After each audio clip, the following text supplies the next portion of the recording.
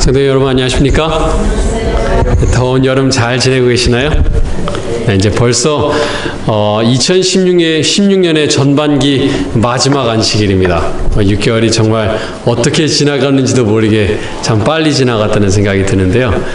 지난 6개월 동안 하나님께서 정말 베풀어 주신 많은 은혜와 사랑을 감사하는 시간을 여러분께서 이 안식일 동안 보내셨으면 좋겠습니다. 제가 2주 동안 야영에 갔다 오면서 이렇게 오늘 오랜만에 말씀을 전하게 돼서 굉장히 설레는 마음으로 왔습니다. 또 여러분께서 지난주에 대부분의 교우님들께서 야영장에 오셔서 정말 반가웠고 좋았지만 또 이렇게 우리 교회에서 우리 아버지 집에서 이렇게 다시 만나서 말씀을 강론할 수 있게 된 것을 하나님께 참으로 감사하게 생각합니다. 저희가 오랜만에 돌아왔다고 해서 다른 설교를 하지 않고 계속해서 저희가 로마서를 공부하도록 하겠습니다. 오늘 저희가 공부할 말씀은 저희가 기도 전에 읽었던 말씀처럼 로마서 13장의 말씀인데요. 오늘 말씀의 제목은 그리스도인 사랑의 넓이라고 정했습니다. 그리스도인 사랑의 넓이라고 정했습니다. 우리가 그리스도인 사랑의 깊이는 어떻게 사랑해야 되는지 우리가 알고 있습니다. 우리가 하나님을 사랑하는 것은 마음을 다하고 뜻을 다하고 힘을 다해서 정말 우리의 모든 정성을 다해서 하나님을 사랑하는 것이 우리의 사랑의 깊이이고, 또 다른 사람들을 사랑하는 것, 이웃을 사랑하는 것이 누구를 사랑하는 것만큼, 근데 자기 자신을 사랑하는 것만큼 사랑해야 된다고 성경은 가르치고 있습니다. 그래서 우리가 얼만큼 깊이 사랑해야 되는지는 우리가 잘 알고 있는데, 우리가 얼만큼 넓이 사랑하고 우리의 사랑의 범위가 어디인지를 오늘 좀 공부를 하도록 하겠습니다. 오늘 로마서 13장을 공부하기 전에 12장 말씀을 잠깐 복습을 하고 13장을 들어가도록 하겠습니다. 근데 12장 말씀을 제가 복습하기 전에 여러분들께 한 가지 질문을 드리겠습니다. 여러분께서 지금 당장 답하실 필요는 없고 좀 마음속으로 생각을 해보시길 바라겠습니다. 여러분께서 이 로마 역사상 잘 알고 계시는 황제 중에 네로라고 하는 황제가 있습니다. 굉장히 많은 그리스도인들을 핍박하고 죽였던 이 네로 황제가 실제로 또 바울도 이 네로 황제 당시에 처형을 당했습니다. 이 네로 황제를 하나님께서 그 자리에 앉히셨는가 아닌가 한번 마음속으로 한번 대답해 보시길 바라요. 하나님께서 앉히셨는가 그러지 않으셨는가? 한번 여러분 마음속으로 좀 대답을 지금 좀 생각해 보시고요. 로마서 12장을 제가 복습하겠습니다. 로마서 12장 1절 2절 말씀을 보겠습니다. 그러므로 형제들아, 내가 하나님의 모든 자비하심으로 너희를 권하노니 너희 몸을 하나님이 기뻐하시는 거룩한 산 제사로 드리라. 이는 너희가 드릴 영적인 예배니라. 로마서 1장부터 11장까지는 우리가 어떻게 구원을 받을 수 있는지를 가르쳐주는 이론적인 내용이라면, 로마서 12장을 들어가면서부터는 이론에서 실제로 넘어가게 됩니다. 자, 우리가 이렇게 구원을 이런 방식으로 받게 되었기 때문에 이제 우리가 그리스도인으로서 어떻게 살아가야 되는가? 그러면서 말하는 첫 번째 원칙은 무엇인가 하면, 우리의 몸이 하나님께서 받으실 만한 제사로 드려져야 된다라고 말하고 있습니다. 이스라엘 백성들이 제물을 성전으로 가져왔을 때 그들은 가장 깨끗한 제물을 가지고 왔습니다. 그리고 제사장이 그 제물을 자세히 살펴봐서 점이 없는지 흠이 없는지 혹은 다친 곳이 없는지를 살펴보고 점이 없고 흠이 없는 것을 확인하고 나서야 하나님께서 받으실 만한 제사라고 판단하고 제물로 바쳐졌습니다. 사도 바울이 로마서 12장을 시작하면서 우리의 몸을 하나님께 드려야 되는데, 즉 우리의 행실을 하나님께 드려야 되는데, 우리가 가진 이론과 우리의 삶이 일치해야 될 뿐만 아니라 정말 하나님께서 받으실 만한 행실로, 열매로 하나님께 예배드려야 된다고 사도 바울은 이야기하고 있는 것입니다. 그런데 그렇게 하기 위해서 무엇이 필요한가? 마음을 새롭게 함으로 변화를 받아야 된다라고 사도 바울은 얘기하고 있습니다. 우리가 이 세상에서 지금까지 받아온 교육으로, 우리가 그때 지금까지 갖고 있는 상식으로 그리스도인의 삶을 살아가는 것이 아니라, 우리가 세상의 사상, 세상의 생각을 버리고 하나님의 말씀의 사상, 예수 그리스도의 사상으로 완전히 디톡스되는 경험을 통해서 변화를 받고 변화받은 그 삶을 살아가야 된다는 것을 사도 바울은 이야기하고 있는 것입니다. 그 삶의 모습은 어떤 모습인가? 9절 말씀을 보겠습니다. 사랑에는 무엇이 없나니? 거짓이 없나니. 네, 영어 성경을 보시면은 hypocrisy가 없다라고 번역한 번역들이 있습니다. 다른 말로 하면 무엇이 없습니까? 위선이 없나니. 사랑은 겉과 속이 다르다는 얘기입니까? 같다는 얘기입니까? 같다는 얘기입니다. 마음을 새롭게 함으로 변화를 받은 사람은 마음과 행동하는 것이 어떻다는 거예요? 같다는 거예요. 마음도 순결할 뿐만 아니라 우리의 행실도 순결한 것을 얘기하고 있습니다. 10절 말씀입니다. 형제를 사랑하여. 13절입니다. 성도들의 쓸 것을 공급하며 손 대접하기를 힘쓰라. 14절입니다. 너희를 박해하는 자를 축복하라. 축복하고 저주하지 말라. 지금 사도 바울이 사랑에 대해서 계속해서 얘기하고 있는데, 사도 바울은 이 이야기를 이론적인 이야기로 얘기하고 있는 것이 아니라 사도 바울이 삶 속에서 경험하고 실제적으로 그가 실천하는 것을 그가 이야기하고 있습니다. 그가 사랑에는 거짓이 없다라고 얘기했을 때 그것을 그냥 우리가 이렇게 살아갔으면 좋겠다고 얘기하는 것이 아니라 예수님께서 실제로 그렇게 사셨고, 사도 바울 또한 물론 그가 넘어지고 죄 지을 때도 있었지만 전반적인 그의 삶 속에서 그의 마음과 그의 행실이 일치하는 삶을 살았고, 정말 그가 성도들과 교제하고 사랑하는데 열심히 있었던 것뿐만 아니라 자기를 박해하는 자를 어떻게 하면서 살아갔는가 하면 축복하면서 살아갔습니다. 그가 복음을 전하면서 다른 사람들이 그를 미워하고 욕하고 그에게 심지어는 돌을 들어서 돌로 그를 칠 때에 그의 마음속에 그렇게 하기 쉽지는 않았지만 자아를 죽이면서 자아를 하나님께 바치면서, 하나님, 제 자아를 주님께 바칩니다. 저자들을 축복해 주십시오. 저자들이 구원받을 수 있게 해주십시오. 저자들이 지금 그가 어떤 행동을 하는지 정확하게 이해하고 있지 못하오니 그들이 회개하고 구원받을 수 있게 해주십시오. 그가 기도했던 것입니다.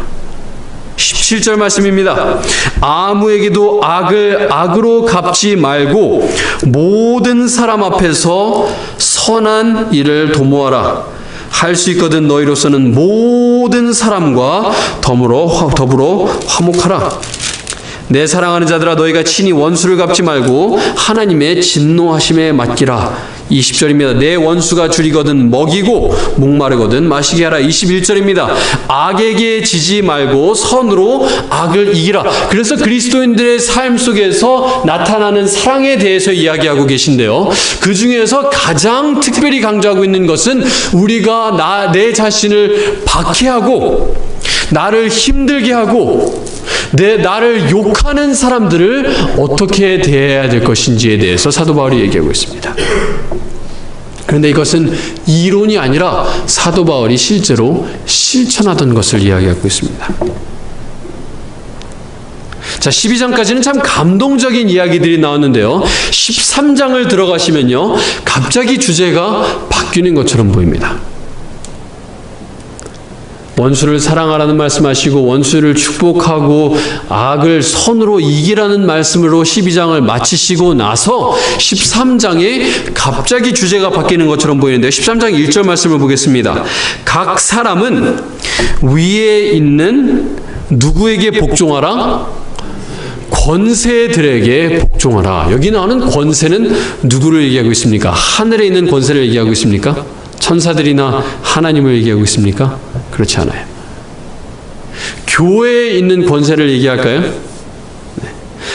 물론 교회에 있는 권세들을 포함할 수 있겠지만 13장의 내용은 교회에 있는 권세에 대한 내용이 아닙니다. 무슨 권세에 대한 내용인가 하면 세상의 정치적인 권세에 대한 내용에 대해서 얘기하고 있습니다. 12장에서 계속해서 사랑을 얘기하시던 사도 바울이 13장에서 왜 갑자기 주제를 바꾸셨을까요? 오늘 그 문제를 저희가 좀 생각하도록 하겠습니다. 권세들에게 복종하라. 13장 1절 계속해서 읽겠습니다. 권세는 하나님으로부터 나지 않음이 있나니 없나니? 없나니. 모든 권세는 다 하나님께서 정하신 바라. 네. 대부분의 권세는 하나님께서 정하신 것이 아니라 모든 권세는 하나님께서 정하셨다고 말씀하고 있습니다. 자, 사도 바울이 이 말씀을 쓸 당시에 이 로마서의 편지를 받은 사람들은 로마에 살고 있는 사람들이었습니다. 그렇죠? 사도 바울 본인도 로마의 시민이었어요. 사도 바울이 이 로마서를 쓸 당시에 로마의 황제가 정말 선하고 그리스도인들을 사랑하고 하나님을 두려워하는 그런 황제였죠? 아닙니다. 이 당시의 황제가 누구였는가 하면은 네로 황제였습니다.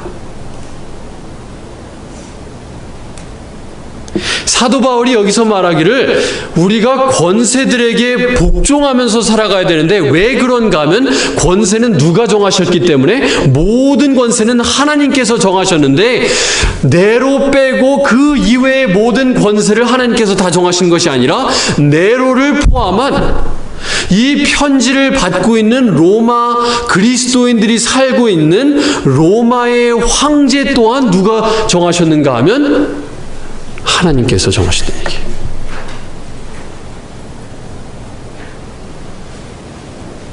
이 절 말씀입니다. 그러므로 권세를 거스르는 자는, 이 당시 로마의 교인들은 이 권세를 생각할 때 가장 먼저 떠오르는 사람은 네로였습니다. 네, 우리의 권세자 네로였습니다. 즉 네로를 거스르는 자는 누구의 명을 거스름이니? 하나님의 명을 거스름이니. 자, 여러분 이 말씀을 읽으실 때 물론 하나님의 명령과 어긋나는 명령을 따르라는 얘기는 아닙니다. 십계명의 내용과 십계명의 내용을 범하라고 얘기했을 때는 물론 그것을 따르면 안 돼요. 네로가 와서 우상에게 절해라. 그러면 물론 우리가 복종하면 안 되죠. 하지만 하나님의 계명 이외에 권세자가 명하는 것이 있으면은 그거를 복종해야 되는데 그것을 복종하지 않는 것은 누구를 불순종하는 것이다? 하나님을 불순종하는 것이다라고 얘기하고 있어요.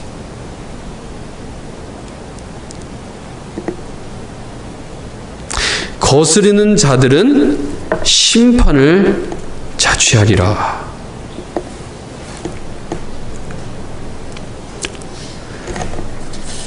여러분 디모데전서 2장 말씀을 보겠습니다. 디모데전서 2장 1절과 2절의 말씀입니다. 디모데전서는 로마서가 쓰여지고 나서 한 5년 정도가 지난 다음에 디모데전서가 쓰여졌는데요. 사도 바울이 이제 네로 황제로부터 죽임을 당하기 약 한 1, 2년 전 정도라고 보시면 되겠습니다. 디모데전서 2장 1절입니다. 그러므로 내가 첫째로 권하노니 모든 사람을 위하여 간구와 기도와 도고와 감사를 하되, 2절 말씀입니다. 임금들과 높은 지위에 있는 대부분의 사람을 위하여 하라라고 말씀하셨습니까? 아닙니다. 모든 사람을 위하여 하라. 이는 우리가 모든 경건과 단정함으로 고요하고 평안한 생활을 하려 함이라. 이 당시에도 누가 황제였는가 하면 네로가 황제였어요.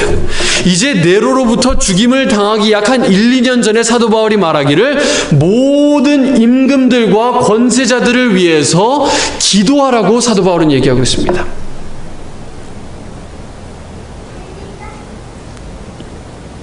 사도 바울이 네로 황제로부터 죽임을 당할지 알고 있었는지 없었는지는 모르겠습니다. 알고 있었는지 몰랐는지는 모르겠습니다. 그리고 네로 황제가 수만 명의 그리스도인들을 콜로세움에서 수많은 사람들이 보는 앞에서 사자밥으로 죽일 것을 사도 바울이 알았는지 몰랐는지는 모르겠습니다. 이 네로 황제가 얼만큼 정신 나간 사람이었는가 하면 그리스도인들을 불에 태워서 죽였는데 그 그리스도인들을 불태우면서 저녁에 불태우면서 정원에 무엇으로 사용했는가 하면 가로등으로 불타는 그리스도인들을 사용했어요.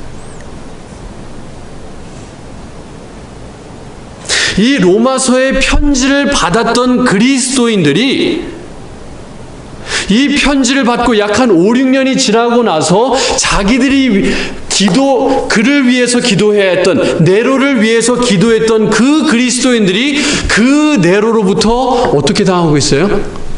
화형을 당하고 있습니다.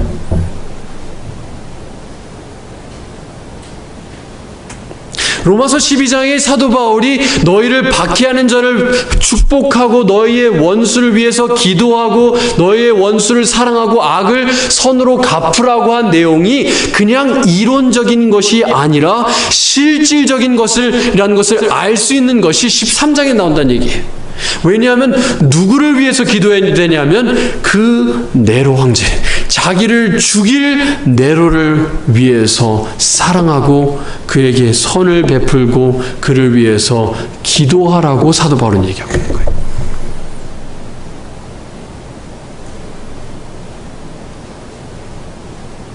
사도 바울은 형장의 이슬로 사라져가면서 그의 목이 쳐 죽임을 당하고 형장의 이슬로 사라지면서조차도 누구를 위해서 기도했을까요? 네로를 위해서 기도했을 것입니다. 스데반이 죽으면서 그를 돌로 쳐 죽이던 그 사람들을 위해서 기도했던 것처럼 하나님, 저 사람이 구원받을 수 있게 해주십시오.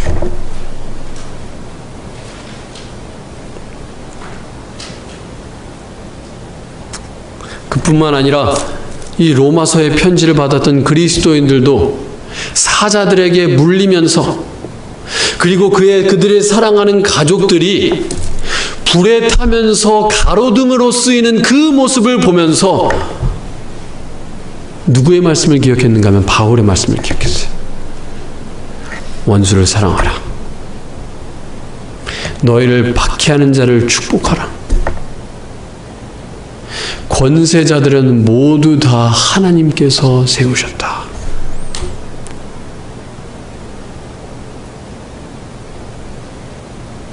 그들이 그 말씀을 실천을 했어요. 네로를 욕하면서 죽은 것이 아니라, 로마 사람들을 욕하면서 죽은 것이 아니라 그들을 축복하면서 죽었습니다.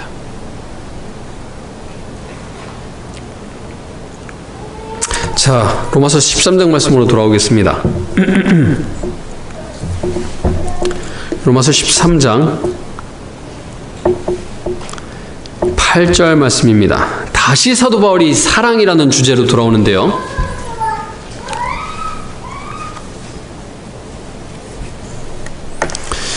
여기 말씀하시기를 피차 사랑의 빛 외에는 아무에게든지 아무 빚도 지지 말라 라고 얘기하고 있습니다. 아무 빚도 지지 말라. 예언의 신에 이런 말씀이 있습니다. 하나님께서 명령하시는 것은 그 명령을 수행할 수 있는 능력을 주시면서 명령하신다고 말씀하고 있어요. 즉 어떤 명령이 성경에 나왔을 때, 즉 하나님께서 어떤 명령을 하셨을 때는 그것을 할 수 있는 능력을 우리에게 허락을 해주신다는 얘기예요. 자, 사랑의 빚 외에는 아무에게도 빚을 지지 말라고 하셨는데, 이 로마서 13장의 내용을 보시면은 빚을 안 지고 살아갈 수가 있습니까? 없습니까? 자, 그 앞절의 말씀을 6절부터 보겠습니다. 너희가 조세를 바치는 것도 세금을 바치는 것도 이로 말미암음이라, 양심으로 말미암음이라. 그들이 하나님의 일꾼이 되어 바로 이 일에 항상 힘쓰느니라. 네. 7절 모든 자에게 어떤 것을 주되 줄 것을 주되, 여러분 이 줄 것에 밑줄을 치시고, 이 줄 것과 무슨 단어와 같은 단어인가 하면 원어에서는 8절에 나오는 빚을 지지 말라 할 때 빚을 지다와 같은 단어입니다. 모든 자에게 빚진 것을 주되, 그 빚진 것이 무엇인가? 조세를 받을 자에게 조세를 바치고, 관세를 받을 자에게 관세를 바치고, 두려워할 자를 두려워하며 존경할 자를 존경하라. 우리가 빚을 지고 살아가고 있는데 무슨 빚을 지고 살아가고 있는가 하면 나라에 세금을 바칠 빚을 지고 살아가고 있다는 얘기예요. 이 관세, 우리가 빌이 날라오죠. 빌을 낼 빚을 사고 살아가고 있다는 얘기예요. 여러분 전기를 쓰시면은 전기에 대한 빚을 지고 살아가고 있어요. 여러분 한 달 동안 전기를 쓰시면은 전기의 비를 내시기 전까지는 어떤 상태입니까? 빚을 진 상태입니다. 그거에 대한 대가를 아직 내지 않았기 때문에. 매달마다 여러분께서 수입을 버시면은 이 세금 정산을 하기 전까지는 나라의 어떤 상태인가 하면 나라가 여러분을 먹여주시고 입혀주시고 제공해주는 것에 대해서 우리가 나라의 어떤 상태인가 하면 빚을 진 상태입니다. 그런데 이 7절에서는 우리가 빚졌다라고 말을 하고 있는데 8절에서는 사랑의 빚 외에는 아무에게도 빚을 지지 말라라고 얘기를 하고 계십니다. 물론 성경적으로 봤을 때 우리가 빚을 지는 것이 좋지 않아요. 그런데 13장 7절의 이 문맥을 봤을 때는 우리가 빚을 지고 살아가고 있다라고 말씀하시면서 8절에서는 사랑의 빚 외에는 아무에게도 빚을 지지 말라고 하셨는데 이 7절과 8절의 내용을 어떻게 우리가 조화시킬 수 있겠습니까? 7절에 우리가 빚 지고 살아가고 있다. 빚 제대로 갚아라. 8절에서는 사랑의 빚 외에는 아무에게도 빚 지지 말라. 자, 우리가 이 말씀을 어떻게 해야 되는가 하면은 세금이 빚이라고 말씀을 드렸는데요. 우리가 세금 낼 때 어떻게 내야 되는가 하면은 사랑하는 마음으로 내야 돼요.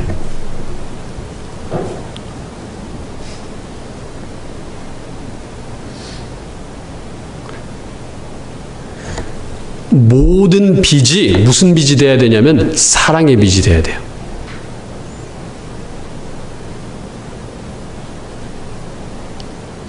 여러분 이런 말씀 처음 들어보시죠? 여러분 책꽂이 여기 꽂아 놓으시고요. 고린도전서 16장 14절 말씀 보겠습니다.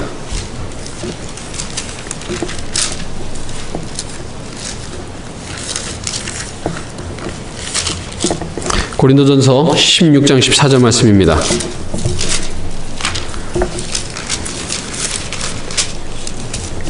고린도전서 16장 14절입니다.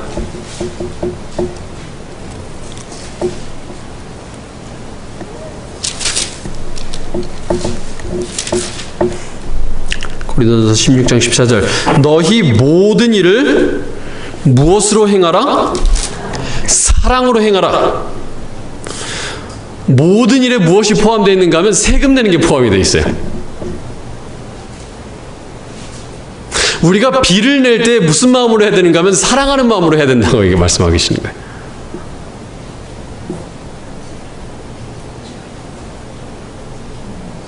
우리가 무슨 일을 하든지 간에 그것이 정말 종교적인 것과 아무런 상관이 없는 것처럼 보이는 일조차도 무슨 마음으로 해야 되는가 하면 사랑하는 마음으로 해야 된다는 얘기입니다. 내가 이 나라에 빚진 이 세금을 내면서 무슨 마음으로 내는가 하면은 내가 낸 세금이 이 나라에 살고 있는 국민들을 위해서 잘 쓰여질 것을 생각하는 마음으로 기쁜 마음으로 내야 된다는 얘기예요. 그런데 많은 분들이 모르겠습니다. 저희 교회에 그런 분이 있는지는 없는지는 모르겠습니다. 특별히 사업하시는 분들 같은 경우는 세금을 어떻게 하는 경우가 있습니까? 네. 세금을 속여서 내는 경우가 많이 있어요. 죄입니다. 죄. 네. 두 가지 죄예요. 거짓말하는 죄고요. 거짓 증언하는 죄일 뿐만 아니라 도적질하는 죄입니다. 예수님께서 분명히 말씀하시기를 가이사의 것은 가이사에게 바치고 하나님께 드릴 것은 하나님께 바치라고 말씀하셨어요.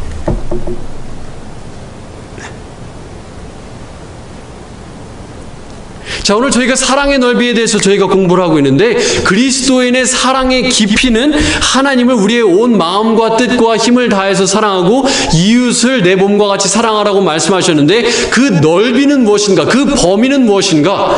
내 사랑하는 가족만 사랑하는 것이 아니라, 교우들만 사랑하는 것이 아니라, 내 친구들만 사랑하는 것이 아니라 누구조차도 사랑하면서 살아가야 되는가 하면, 내가 세금을 바치는 나라와 그 나라를 다스리고 있는 대통령과 이 정부를 다스리고 있는 정부 관료들까지 사랑하면서 살아가야 된다는 얘기예요. 그들을 위해서 기도하면서.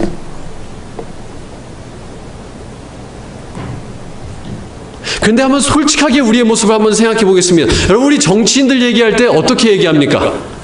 그들을 욕할 수 있는 권한이 있는 것처럼 생각하면서 우리는 그들을 욕하면서 생활합니다. 제가 이 말씀은 여러분을 비난하기 위해서 말씀드리는 것이 아니라 저도 가끔 그래요. 정치인들이 잘못하는 게 있으면 마치 내가 그들을 욕할 수 있는 권한이 있고 자격이라도 얻은 것처럼 쉬운 마음으로 그들을 욕하지만, 성경에서는 절대로 그렇게 하라고 얘기하지 않습니다. 물론 그들과 동의하지 않을 수는 있습니다. 그들이 잘못하는 것은 있을 수 있지만, 로마서 12장에 원수들이 잘못하는 것은 누가 심판하신다고요? 하나님께서 심판하실 겁니다. 내가 그들을 심판할 일이 아니에요. 하나님께서 내 위에 권세자로 맡겨주신 사람들, 내 직장의 상사가 됐든지, 이 도시의 이 시장이 됐든지, 주지사가 됐든지, 대통령이 됐든지, 혹은 교회의 지도자가 됐든지, 어떤 권세자들이라고 할지라도 하나님께서 세우신 사람이므로 그 사람들을 쉽게 대하면 절대로 안 된다는 말씀입니다.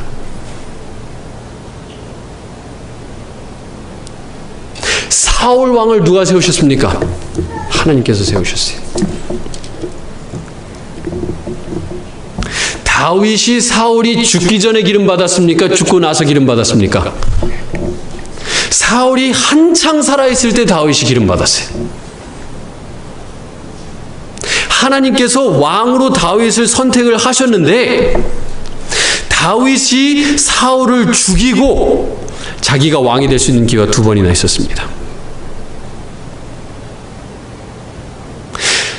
다윗이 사울을 죽일 수 있는 기회가 있었을 때 사울이 악한 왕이었습니까? 선한 왕이었습니까? 악한 왕이었어요. 그렇지만 하나님께서 기름 부으신 자를 그는 감히 손을 들어서 죽이지 않았습니다.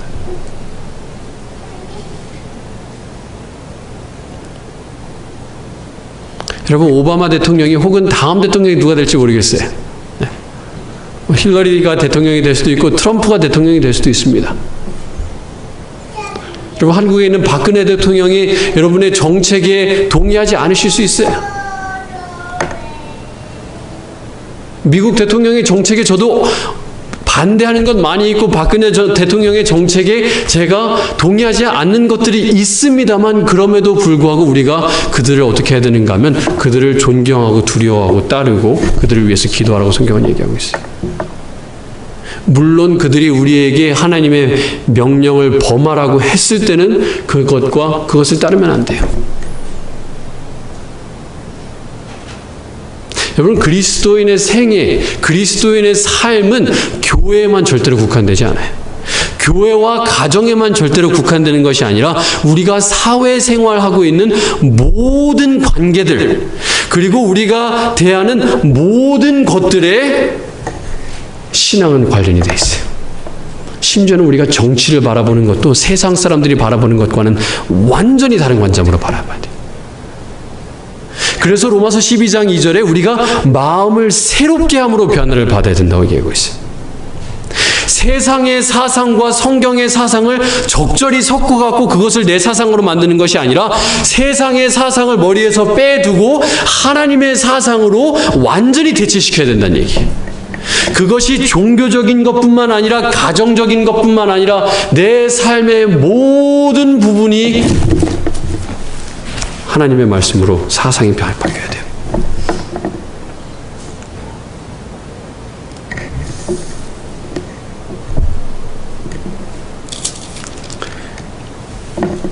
자, 오늘 제가 드리는 이 말씀의 주제는 사실 정치가 아니에요. 제가 말씀드리고 싶은 것은 무엇인가 하면 어떤 사람들이든지 간에 내가 보는 앞에서 나를 박해하는 사람들이든지 내가 절대로 만나지 않는 사람이든지 어떻게 대하는가 하면 사랑으로 대해야 된다는 얘기입니다. 그것이 정치인이 될 수도 있고요. 유명 인사가 될 수도 있고 내가 한 번도 만나보지 않은 사람이라고 할지라도 그 사람을 사랑으로 골로새서 3장 23절 찾지 않으셔도 됩니다. 무슨 일을 하든지 마음을 다하여 죽게 하듯 하라라고 말씀하십니다. 어떤 일을 하든지 어떤 사람을 만나든지 죽게 하듯. 내가 만나고 있는 이 사람이 예수님이라면 내가 그 사람을 어떻게 대할 것인가? 물론 그 사람이 잘못할 때도 있고 넘어질 때도 있고 실수할 때도 있고 죄 지을 때도 있지만 나의 역할은 그 사람을 심판하는 것이 아니라 그 사람을 사랑하고 그 사람이 잘못한 것이 있다면 그것은 그 사람과 하나님 사이의 일인 것입니다. 하나님께서 그 사람을 심판할 거예요.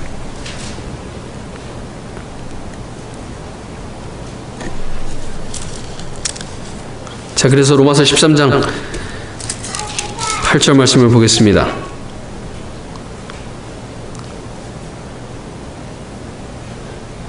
그 말씀 보시기 전에 12장 말씀, 12장 10절과 10절을 보겠습니다. 형제를 사랑하여 서로 우애하고 존경하기를 서로 어떻게 하며? 먼저 하며. 적극적인 사랑이에요. 적극적인 사랑. 그냥 가만히 앉아갖고 저 사람이 나를 사랑하나 안 하나 잘하나 못하나 보자가 아니라 적극적으로 나서는 사랑입니다. 17절 아무에게도 악을 악으로 갚지 말고 모든 사람 앞에서 선한 일을 도모하라. 나를 악하게 대하는 사람에게조차 선하게 대하고. 21절 악에게 지지 말고 선으로 악을 이기라. 다른 사람이 나에게 10만큼 악을 행하면 그 사람에게 20만큼 선을 행하는, 100만큼 선을 행하는. 몇 주 전에 저희가 원수 갚는 거에 대해서 들었지만 여러분, 보복하는 게 절대로 우리에게 이익이 되지 않습니다. 손해가 돼. 우리가 받을 벌만 커진다고 말씀을 드렸습니다. 자, 로마서 13장 8절로 돌아오겠습니다. 피차 사랑의 빛 외에는 아무에게든지 아무 빚도 지지 말라. 남을 사랑하는 자는 율법을 다 이루었느니라. 이것이 막연한 이론이 아니라 어떤 사람이든지 그 이웃을 사랑하는 사람은 하나님의 율법을 다 이뤘다고 말씀하십니다. 9절입니다. 간음하지 말라, 살인하지 말라, 도둑질하지 말라, 탐내지 말라 한 것과 그 외에 다른 계명이 있을지라도 내 이웃을 내 자신과 같이 사랑하라 하신 그 말씀 가운데 다 들었느니라. 여기서 내 이웃은 누구입니까? 그 질문을 어떤 한 사람이 예수님께 드렸습니다. 누가복음 10장 말씀 보겠습니다.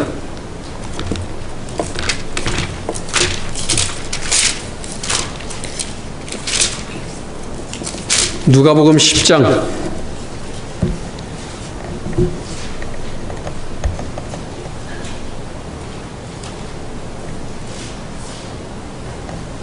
29절입니다. 그 사람이 자기를 옳게 보이려고 예수께 여짜오되 그러면 내 이웃이 누구니까?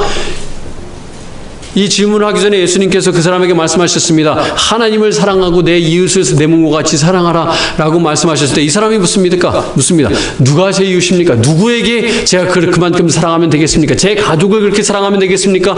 우리 같은 회당에 다니는 유대인들을 그만큼 사랑하면 되겠습니까? 그때 예수님께서 비유를 들어서 말씀하십니다. 제사장이 지나가고요. 한 사람이 이제 예루살렘에서 여리고로 내려가다가 강도를 만납니다. 그가 쓰러져 있어요. 제사장이 지나가요. 레위 사람이 지나갑니다. 그들이 못 본 채 하고 지나가요.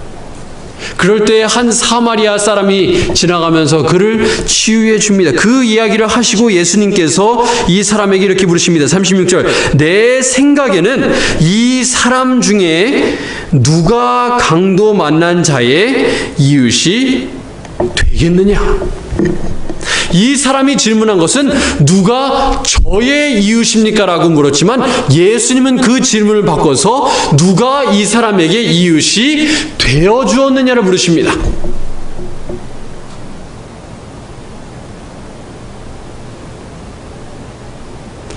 내 이웃을 내 자신과 같이 사랑하라는 것이 내 가까운 사람, 나를 사랑해 주는 사람, 나를 이뻐해 주는 사람을 사랑하는 하라는 말이 아니라 나를 핍박하고, 유대인들이 사마리아 사람을 많이 핍박하고 욕을 했지만 그 사마리아 사람이 이 유대인에게 이웃이 되어준 것처럼 나를 핍박하는 사람조차에게조차도 다가가서 이웃이 되어주고 내 모든 것을 바치면서 사랑해주는 사랑이 그리스도인의 사랑인 것입니다.